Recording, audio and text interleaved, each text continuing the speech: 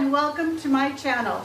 Tonight I'm going to be making you my homemade sloppy joe sandwiches. Alright, in this pan I've already got some ground beef cooking, and I had a pound of 93% like non-fat ground beef, or it was a ground chuck, and then I had an 80-20 also package of some ground beef, and I decided to go ahead and combine them. So I have about 2 pounds. The 80-20 was from a package, like a family pack, that I had separated into small little baggies. So it's not quite a pound, but it was almost a pound. So this is about 2 pounds of ground beef, and I've been browning it.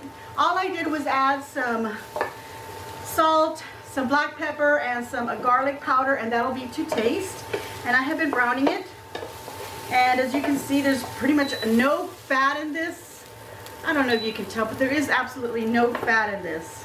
It's all pretty much absorbed into the meat or cooked away.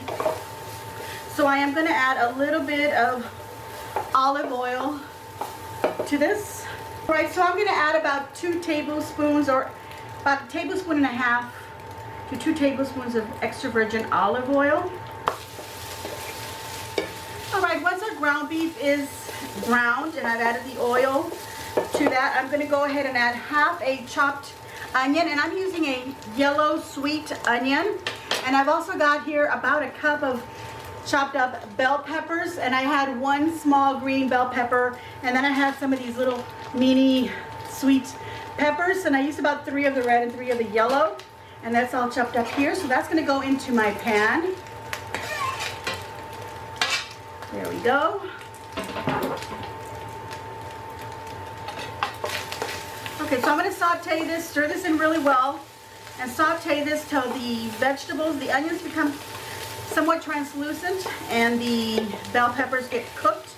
So I pretty much want it to get like really soft. So I'm just going to keep this going for about 5 minutes or so, and we'll be back to check on it.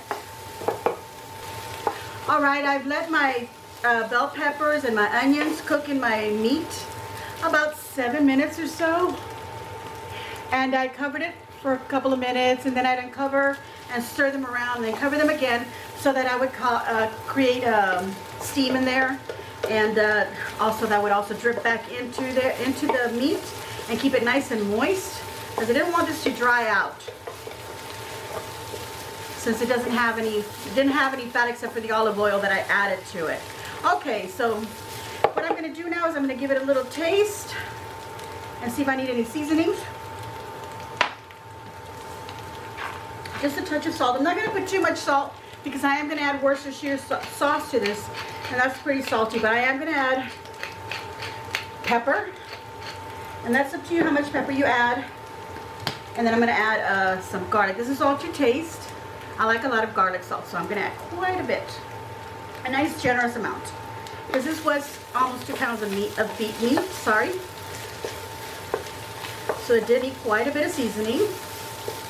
Okay, so now I'm going to add a small can of tomato paste, and I've got a 6-ounce can of tomato paste, but I did put it in a cup with half a cup of water, and I'm going to mix that up, or stir that together, just to kind of get that tomato paste to break up, so it won't be all clumpy or clump up in one little section there and not in the rest of our ground beef. Going to stir that around a little bit more. Let me take out whatever was in the little pan still. There's still a little bit in there. Okay.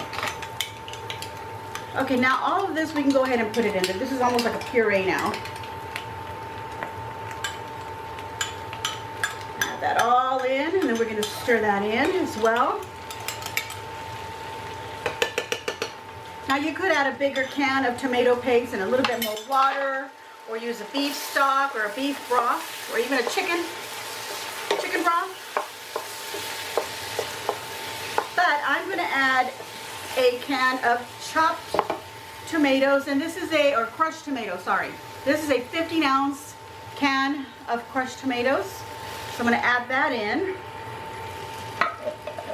And only because I wanted to have a little bit of chunkiness. Excuse me, I could add chopped or diced tomatoes in here instead of the crushed. But just a little bit of the chunkiness from the crushed tomatoes in there. And you can see how that's looking. It's looking real nice. Okay, so now we're also going to add, this is half a cup of brown sugar.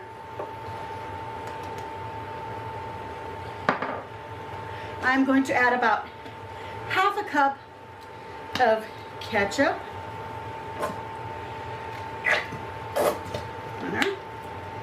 And I don't have a lot of mustard. If you have dry mustard, you could certainly use dry mustard. And I'm just going to use my regular mustard, and that's about a tablespoon or so. Let's mix those in.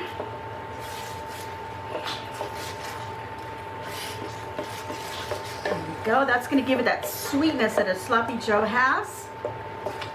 And it's also going to make it even sloppier. Look at that. Okay. A little flavor from our Worcestershire sauce, and also about a tablespoon of that in there. You can add that to taste. If you like the flavor of Worcestershire sauce, and add a little bit more. And I'm going to add about the same of vinegar. Actually, I'm going to add about a capful here of white vinegar. White vinegar and the Worcestershire sauce is what I added. Worcestershire, however you want to pronounce it. Okay. Mix that in really well.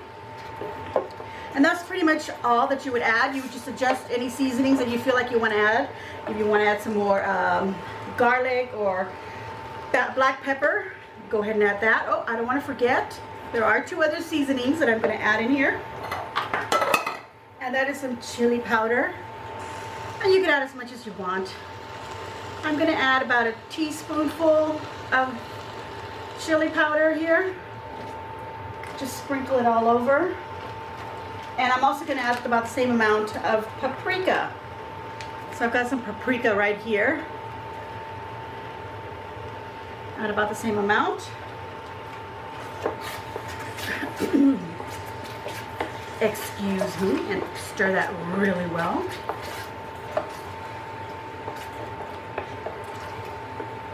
Okay, I'm going to use the same spoon that I had my tomato sauce in, or yeah, tomato paste, and I'm going to give it a little taste.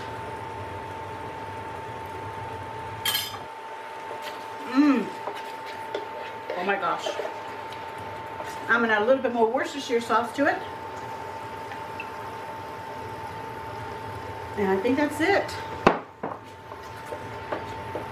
All right, something that's very optional, you could add some crushed pepper seeds in there. I'm going to add a couple of dashes of some Tabasco. Well, actually 3. There we go. Give it a little bite. All right, so now I'm going to put this on a low temp. I had it on high this whole time, by the way. I should have put it on medium when I was sauteing it, but I did not. I kept it on high, but you can go ahead and put a medium to high. And now for the last cooking, you're going to put it on your low temp, and you're going to cover it up, and you're going to cook it for about 15-20 minutes.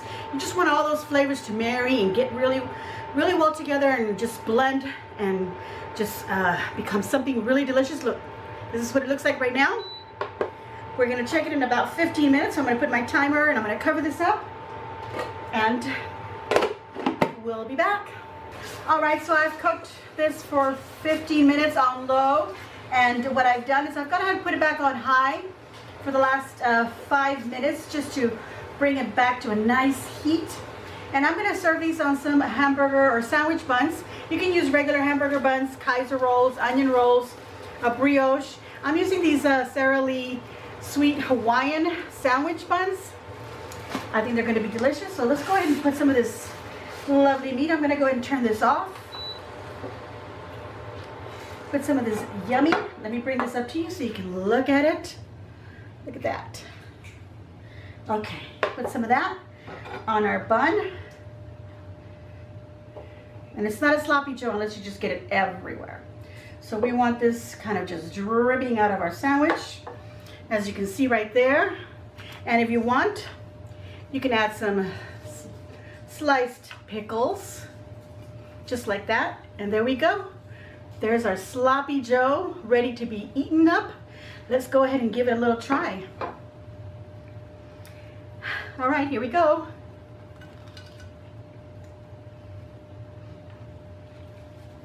Oh my gosh. Delicious. I hope you will give me a big old thumbs up. I'm gonna give myself a big old thumbs up. Leave me a nice comment down below. Make sure you subscribe if you haven't already subscribed, and share on your social medias, and don't forget to hit that notification bell so that you'll be notified of when I upload, which is every Tuesday, a craft video, and on Fridays, a recipe for you. And as always, enjoy.